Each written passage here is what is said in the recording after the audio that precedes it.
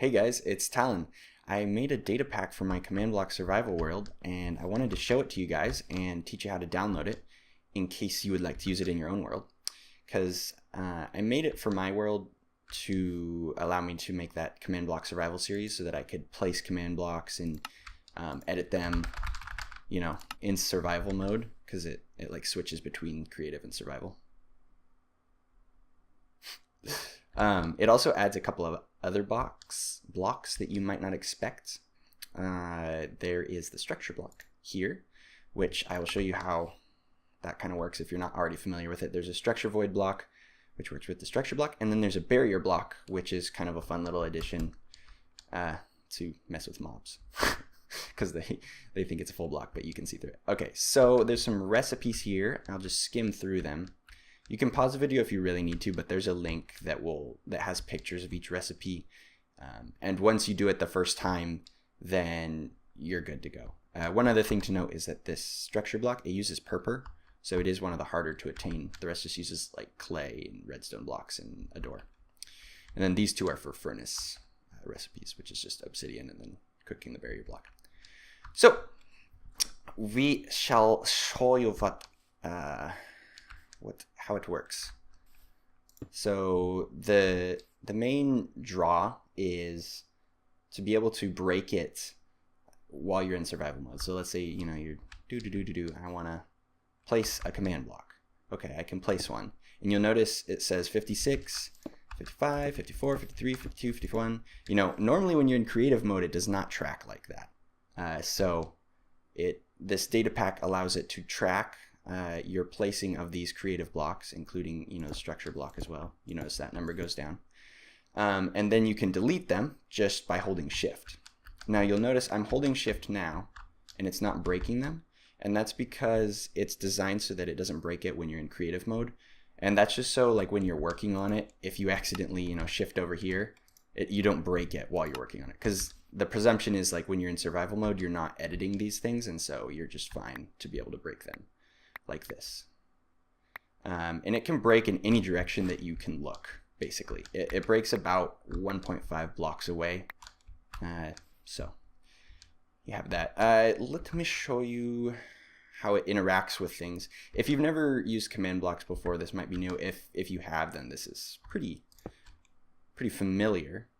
So like here, if we put a command to teleport ourselves, I don't know, just up 5 blocks like this. By putting the pressure plate on it, when we step on it, it's kind of like a redstone lamp. It triggers in that same way. And this includes interacting with redstone. So if we put a pressure plate on here, we can use 2 command blocks in delay. So like if we do say hi and say bye, you'll notice that there is a delay, as you would expect with the redstone. Hi, bye, just like that. So it works with redstone, so you can incorporate it into any redstone contraptions you have, which is really fun because it's like another layer of complexity, which is a lot of fun because Minecraft is all about creativity, right? So the more stuff you can add to your world to make it more fun, it's just better. This is a repeating command block. If you're not familiar with this, it just does the same thing over and over. So this is a terrible idea, but if you want to do this, you can put say hi in there, turn it on, and it just goes. Like if I say help, it's gone. Anyway, you can turn it off though. Fair warning, right over here, see where it says needs redstone? If you set this to always active, you cannot turn it on and off. So if you had put like a teleport command in here, GG, you'll need MCEdit to get out of it. So make sure that this has needs redstone, so that way you can control it with like levers and stuff. Just a little tip. For structure blocks, if you're not familiar with these are really fun because you can download other people's structures. In fact, in my series, I like to save my structures into a data pack and then share that link so that people can put it into their own world. So if that's something you're interested in, that's there. And structure blocks they look scary. Like look at this. What do all the buttons do? I don't care. I want to leave. No. It's actually not that bad though. So if you put one block opposite the corner of the thing you want to copy, so we'll say that this weird scarecrow thing is what we want to copy. You just put one on the corner and another one that is actually called corner, which you just click the button and it does it. And then you have to make sure you put the names in. There's structure block tutorials. I just wanted to show that they do work in tandem with survival mode. So like you can use the structure void blocks, which are, well, you'll see. Okay, so then we can go in here. We have to be holding the creative block to be in creative mode. So if you're just running around with regular items, you're not going to be in creative mode. It's not going to mess you up or anything. So it saves it, and then let's say we want to load it over here. Just to show you what the structure void blocks do. We put some on the back of the scarecrow, but we did not put any on the front. So what happens is it copies everything except the structure void blocks. So it doesn't delete these and put air, whereas it deleted the ones in front and put air. And then it copies, of course, the scarecrow. Anyway, so that's how that kind of works. What else? You probably already know what barrier blocks do. Easy enough. And it is important to note that in while you're holding the barrier in the structure void, you're not in creative mode. So you do have to select the creative mode blocks, which are these four, if I didn't already say that. So that's kind of how that works. So to start off with, you'll want to come to this Planet Minecraft link. The link is in the description, of course. And you'll hit download Minecraft map. It's not actually a Minecraft map that it downloads, it's just a data pack all by itself, so there's no extra information or whatever. And then you'll want to find that file you downloaded, which you can do, through various means. Once you get there, it'll be a zipped folder like this, and you can extract it using whatever means necessary. But like 7-zip or WinRAR or just the built-in thing. You'll extract it, and it should give you a folder that contains this pack.mc meta. And this is important because you don't want to have, say, a folder that has this in it. You want to copy the folder that contains the pack.mc meta. So in our case, that is this bad boy right here. So once you've hit copy, then you can hop back into Minecraft, or into Minecraft for the first time if you haven't already created a world. What matters here is that you need to create a new world that has cheats enabled, but if you already have one that exists with cheats, like this one, you can use that too. So we'll call this Command Sure. You can set your game mode to survival or creative. It doesn't really matter. All that matters is that allow cheats is on right here. So once you have that, we'll start in creative. Just cause we can. Then you want to load into the world, just long enough to get some chunks rendered. And what's going on like behind the scenes that's really important is it's creating a data pack folder, and that's where we're going to put the file that we copied earlier into, and that's what's going to allow us to play the Command Block Survival world with all of its recipes and breaking things and all that coolness.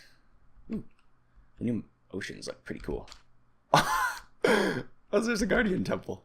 Nice. Okay, so it's loaded in, save and quit. It's pretty easy. Then what you're going to want to do is click on this. Don't open it, so don't double click it. Hit edit. If you already have a world and you're kind of scared about, I'm not sure if this is going to break everything, you can make a backup right now before we've added the data pack. So that's kind of keeps your world safe, and I recommend doing it. So you just hit that, makes the backup. In this case, we created a new world, so it doesn't matter. But then you'll open the world folder, and this is where we'll paste that folder we saved earlier that we extracted into the appropriate data pack folder. Okay, so it should open up a folder something like this with like advancements and data packs and your level file and all that jazz. up here, your directory and stuff will probably be different, because I think the default is to go into app data and .minecraft, and I have mine in a special place because it's way easier to find. That's why we did the open world thing instead of like hunting and pecking, because it would be a different place. Anyway, you want to go to this Datapacks folder and paste in the file that you copied earlier. And we're nearly done with installing it. You'll want to double check and make sure that that folder that you just pasted contains the pack.mc meta. This is really important, that's why I keep saying it. But if it does have that, you're in a good place. If it doesn't have it and it has like another folder here named something similar to what the pack is named, then you'll just want to make sure that you copy the one that contains the pack.mc meta to here. So the order will be datapacks, name of the data pack, pack.mc meta. That's how it should look. Once you got that, you're good to go, and we'll hop back into Minecraft. Alright, now that you've got the data pack added in, you'll want to hit save, and then log into the world, and we'll do the last command that will finish off everything doing what it's supposed to. So once you get into the world, you don't have to be in creative mode again. I just am, because I don't want to get attacked by mobs while I'm doing this tutorial. But you'll want to type reload. And this is why you have to have cheats enabled, because if you don't have this, then you can't reload it and the data pack won't actually work. So once you reload it, you should see, ta-da, server CB survival loading and then loaded. And that's how you know you did it right. And at this point, if I were to pull out a crafting table from thin air, which I will do in a little bit, all the recipes will work. You'll be able to place and break blocks, etc., etc., etc. One last thing to note before we skip over to the like the warnings and stuff, because there are some things you need to be aware of when you're using this. It's not gonna like break your world or anything, but it could just cause you to. Mostly they're like setback things that'll just make things take a little bit longer if you do stuff wrong. But before that, you can actually edit this data pack. I made it so that there's a config thing, and if you just type in /function like this and then hit tab, you're going to see a bunch of stuff. Ignore most of it except for the one that has config like this. So you'll want to fill that in by clicking on it or pressing tab a couple times. And then when you press enter, it'll open up this little select menu thingy. So you can turn, if you don't want to be able to place command blocks for some reason, or you don't want to be able to break them for some reason, you can turn it off. Or if you just want to disable a whole pack, you can just turn everything off. By default, the placing command blocks is on, breaking command blocks is on, and then this cursor mode is off, which I'll just turn on just to show you. It relates, this shows you like where you can break blocks. That's really all it does. And then when you're done, you just go back into your chat and click off and ta-da! But yeah, that's it. It's actually installed. So you did it. You installed a data pack. And most of what I've explained here works for pretty much any data pack too. So you know how to install basically any data pack now, which is not bad. It's kind of fun to add data packs to your world and all the cool functionality that comes with them. So yeah, there you go. So there are a couple of warnings that come with this. They're not like big deals exactly. It's just something to be careful of when you're using command blocks. So if we take a look in the creative, or not the creative inventory, just our inventory, you'll notice we're in creative mode as you would expect. And we have the repeating command block selected. Now, if we were to move this thing like anywhere, you'll notice that item is gone. And that has to do with the switching between creative and survival mode. The game is not really set to understand it exactly. And so it just gets rid of the item and you lose it and it doesn't come back. Which does kind of stink, but to sort of ease your mind, none of the survival items, like we're selected on the command block now, and let's say this lever was like a diamond sword or something, right? And then we replace this. Command blocks, gone. Diamond sword, not gone. So any of the blocks that are the creative mode blocks can get deleted if they're in your hotbar and you have them selected and you move them. So you can see how it's not exactly like a warning, it's just kind of something to keep in mind, because it's not something that's going to happen like very often, where you'll just like, because if you move it when you're not selected on it, no problems at all. So yeah, just be aware of that. Okay, the next minor warning is this. Earlier in the video I mentioned that you have to be about 1.5 blocks away when breaking, and that has to do with how it's calculated and how it figures out what block to break. The downside of this method is that if you get really close to a command block like here, and you're in survival mode and you press shift, it breaks the one behind it. There is a way to make this a little bit easier to see if you just type in /function and you select this config one. So what I did here is I just /function space and then I press tab and then down arrow a couple of times, tab again to select it, and then I press enter. And you can actually turn on this cursor mode thing, which gives you a little cloud that shows you about how far away it is. So like if we're up here, we can tell it was going to break this block. And then if we back off, we can tell it's inside of this block. So, yeah. It's a little bit annoying. It's really just to give you a sense of how far away 1.5 blocks is.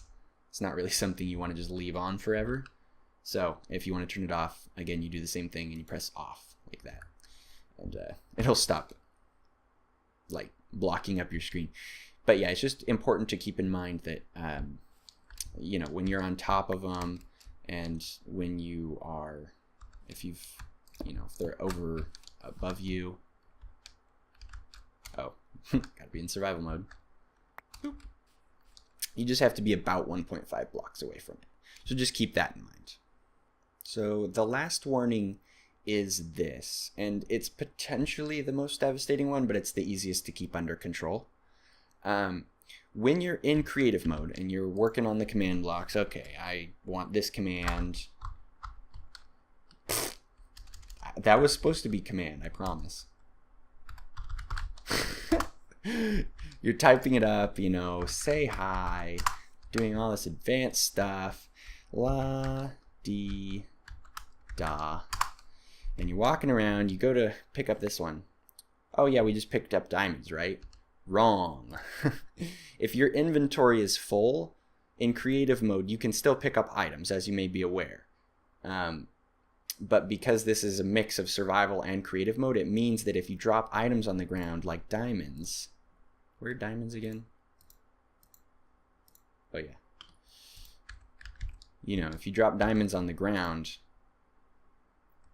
and just accidentally walk over them, that's gone. Those are actually gone now, which is unfortunate.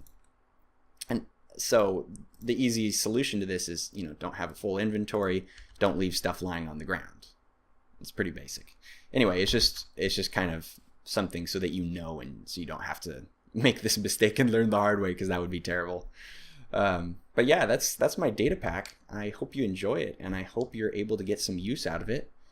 And that's gonna be it for me. So I'll see you next time. Later.